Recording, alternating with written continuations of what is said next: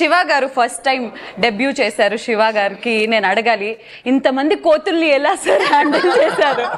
ఎప్పుడైనా అనిపించిందా అంటే ఒక కొరియోగ్రాఫర్ కాస్త డైరెక్టర్ అయిపోయారు.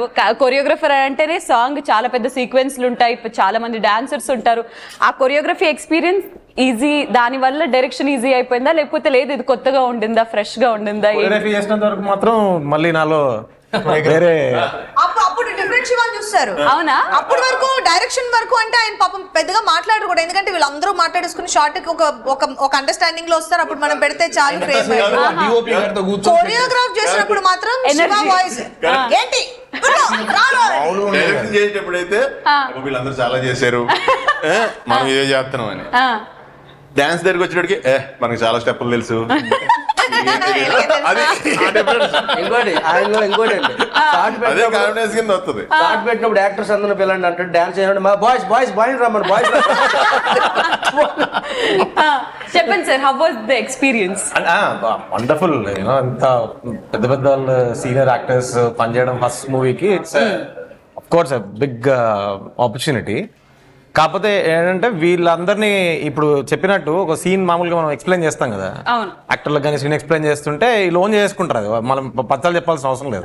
ఇప్పుడు దాన్ని కంట్రోల్ చేయాలని ఉంటుంది కదా, మీటర్ నుంచి బయటకు వెళ్ళిపోతారు, ఈ పంచ్ ఆ పంచ్ అన్న వేసేద్దామన్నా అంటే అన్న వద్దన్నా అన్న వద్దన్నా ఇక్కడ ఆపేద్దాం అన్న. ఇంత మందిలో ఎవరిని కొంచెం కంట్రోల్ చేయడం అంటే ఇక్కడ వరకే అండి సీన్ కొంచెం అని ఎవరిని ఒక్కళ్ళని కంట్రోల్ చేయడం? శంకర్నా? శంకర్ని ఎందుకు చెప్తాను, ఇప్పుడు బాడీ ఒక సైజు ఉంటుంది కదా, చెప్పేది నండి. ఇప్పుడు మినీ కోపర్ అని ఒక కారు ఉంటుంది, అది ఎందుకంటే అది దొంగలు ఎక్కువ వాడతారంటది, ఆ వాడేవారంట అప్పట్లో, అవి ఉన్నాయి కూడా. అది బాడీ చిన్నదే కానీ ఇంజిన్ కెపాసిటీ ఎక్కువ. ఓకే, అర్థమైందా? అంత గురించి ఆ వేగం బాడీ నుంచి బయటికి తనకు వచ్చేస్తుంటది. అది కాదు సింపుల్ అండి, వాల్కెనోలు అవి వస్తుంటాయి కదా, ఓ ఉప్పు పట్టి పట్టి పట్టి, ఎందుకంటే పైన భూకంపం ఎందుకు వస్తుందంటే ఆ ఎనర్జీ లోపల ఎక్కువ ఉంది, బయట ఫ్రేమ్ దానికి దాన్ని భరించే అంత ఫ్రేమ్ కాదు, అందుకు బడేని మనం వచ్చేది బయటికి. నేను తనలో అబ్జర్వ్ చేసింది అదే. తెలియదు అండి, రేపు సినిమా చూడండి స్క్రీన్ లో నన్ను మాత్రం అలా చూడండి, కొన్ని పర్ఫార్మెన్స్ జరుగుతున్నప్పుడు బ్యాక్ లో నన్ను చూడండి మీరు. అది ఎందుకు నాకు ఒరిజినల్ రియాక్షన్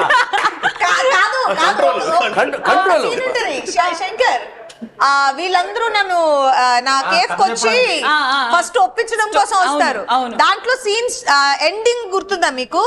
అందరు ఇద్దరు కొట్టేసుకుంటూ ఉంటారు, సత్యమ్మ అమ్మాయితో కూడా దెబ్బలాడుకుంటాడు, ఆపండి అని చెప్పిన తర్వాత శంకర్ ఇంకోటేస్తాడు. మేడం అంటే చెప్పానా, ఆలోచించిన అది స్క్రీన్ కాదు, అది సీన్ లోది కాదు, ఆపట్లేదు మళ్ళీ. అప్పుడు నాకు ఇంకా చిరాకు వచ్చి ఆపనా కూర్చో అని చెప్పి అది స్క్రీన్ లోనే లేదు. ఏంటంటే మీకు డైలాగ్ పడ్డది,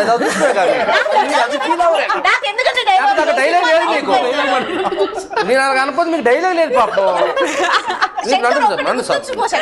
థ్యాంక్స్ చెప్పాలి మీరు.